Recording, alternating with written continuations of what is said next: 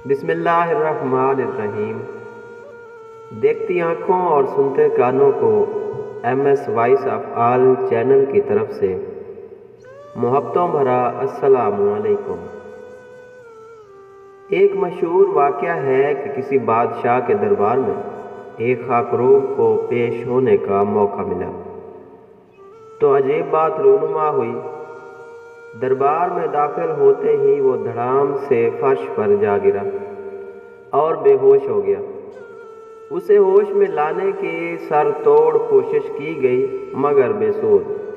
آخر ایک دانا درباری نے ایک گندگی سے آلودہ جوتا لانے کا مشورہ دیا۔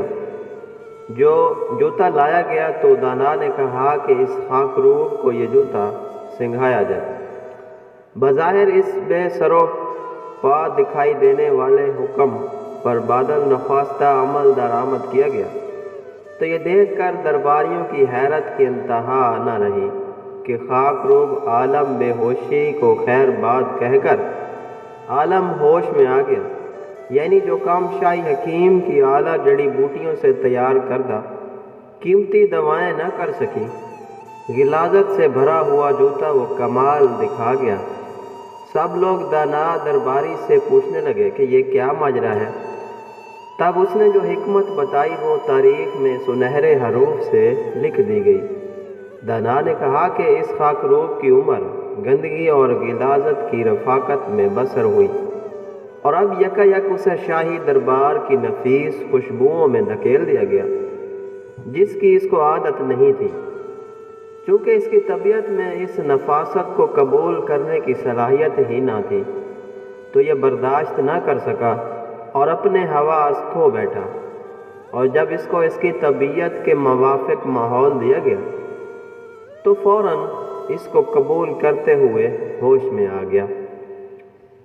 اس واقعے کو پڑھنے کے بعد مجھے کئی بھٹکتے سوالوں کی تسلی بخش جواب مل گئے۔ آئیے آپ بھی سنیے اور سر دنیے ہم ٹی وی کے سامنے بیٹھ جائیں یا موبائل ہاتھ میں ہو تو بلا مبالغہ گھنٹوں گزر جانے کا احساس تک نہیں ہوتا، جبکہ نماز شروع کر دیں تو 5 منٹ گزرنے کے بعد محال ہو جاتے ہیں۔ ناول پڑھنا شروع کر دیں تو لگاتار بہت سا ٹائم اسے پڑھنے میں گزارا جا سکتا ہے، بے حد سہل معلوم ہوتا ہے، اور اگر تلاوت قرآن کی توفیق مل بھی جائے تو سر سے اتارنے کی کوشش ہوتی ہے۔ محافل دینیہ میں شمولیت کا وقت نہیں ملتا، جبکہ بازاروں میں وقت کے گزرنے کا پتہ نہیں چلتا۔ ایک طرف درباری اور دوسری طرف خاکروب، ہمارا شمار کس میں ہے یہ فیصلہ آپ خود کریں۔ شکریہ، اللہ حافظ۔